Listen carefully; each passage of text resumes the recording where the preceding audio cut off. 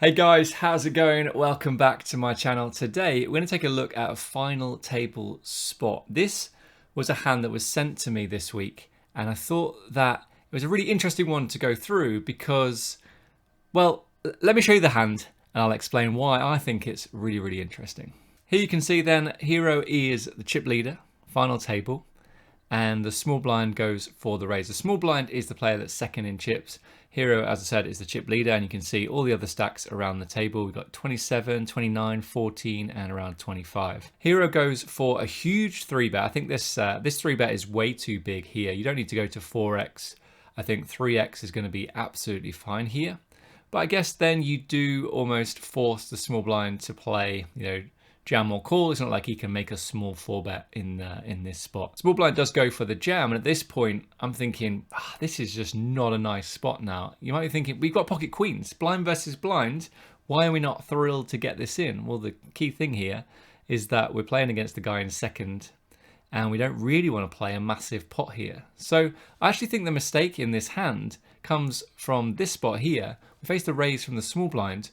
I don't think we should be doing any 3-betting with pocket queens. It might be in this spot that we don't even 3-bet kings. We maybe only 3-bet aces and then maybe some like offsuit ace-x hands to balance that. But yeah, this is a really good example of where you should play a really high frequency call instead of 3-betting hands like this, like you normally would. For chips, you're always just going to go ahead and 3-bet. I think 60 big blinds deep. You're just very happy to do that. But in this situation, first against second, you just don't want to play a huge pot. And the only hand that you really want to induce with here, I think, is going to be pocket aces. Now, we're going to take a look at the solution in a moment.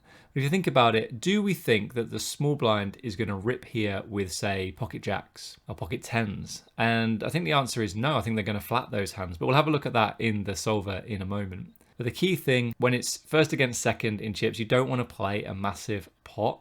And the last thing you want to do is to 3-bet really big here, face a jam, and then call it off. Because I really don't think he's going to be jamming with jacks and tens. Now, you might be thinking, yeah, but we can still get value. Like, if he's going to call jacks and tens, then fair enough. And I think you're absolutely right. But what we're trying to do here is to avoid this massive all-in pot for like, what, 120, 125 big blinds. So here's the spot then. First is $994 all the way down to 6, which is $180.80. Got the stacks in here, and we're now going to take a look at the solution. All right, so what we're looking at here then is the small blind strategy. So we're going to limp the hands in purple. We're going to raise to 3x with the hand in the sort of pinky salmony color, and you can see there's absolutely no jamming going on here. So the kind of hands that we're going to go for a 3x here are the ones that are on screen now. And then versus the 3x then in the big blind, this is our strategy, and it's just as I thought. I'm really pleased to see this, that we are just going to do a ton of calling in this spot and not a lot of 3-betting. I said I thought it would probably just be aces and then some offsuit ace-x stuff in here, but you can see ace king suited in there. You can see there's some other garbage hands in there too, so pretty cool to see that. If we did go ahead and 3-bet, and again, I don't think 12 big blinds is the right size here. I think 9 big blinds would be absolutely fine.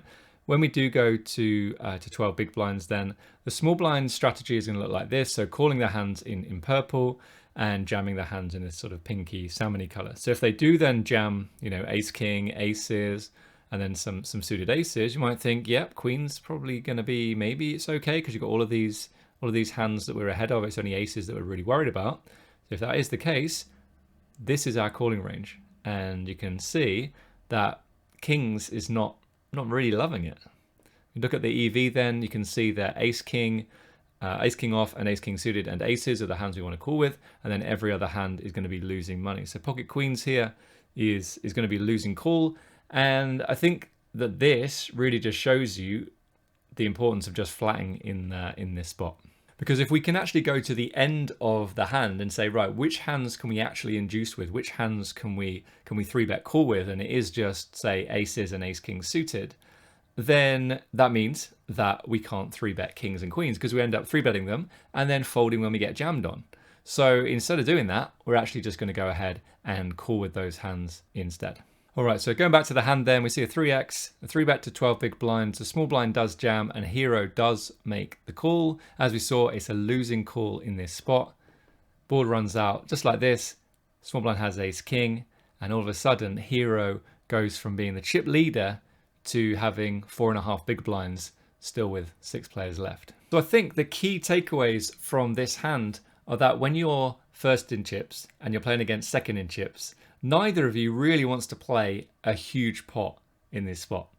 So instead of 3-betting hands like queens and jacks and tens and ace king and ace queen that you might do normally blind versus blind for 60 big blinds, instead you got to play a little bit more passively and start flatting hands as strong as pocket kings and ace king off. So yeah, a fascinating hand, I think you'll agree, and one that I think we can learn a ton from. I did mention there, you can reverse engineer it, so you can almost go to the end of the hand and think, which hands can I actually induce with? And you saw it was only aces and ace king suited. So that means that we probably need to start flatting kings or queens. Otherwise, we're going to 3-bet those hands, and then when we get jammed on, we're going to have to fold. Final thing I wanted to say was just a reminder that we don't need to go to 12 big blinds in this spot. You could just go to 9 big blinds and play the hand out from there. And you might even get a different solution. If any of you want to run it, please do, and then post the result in the comments down below. If you've got any other questions or thoughts about this video, then please drop a comment down below. And until next time, guys, take care, and I'll see you soon. Bye-bye.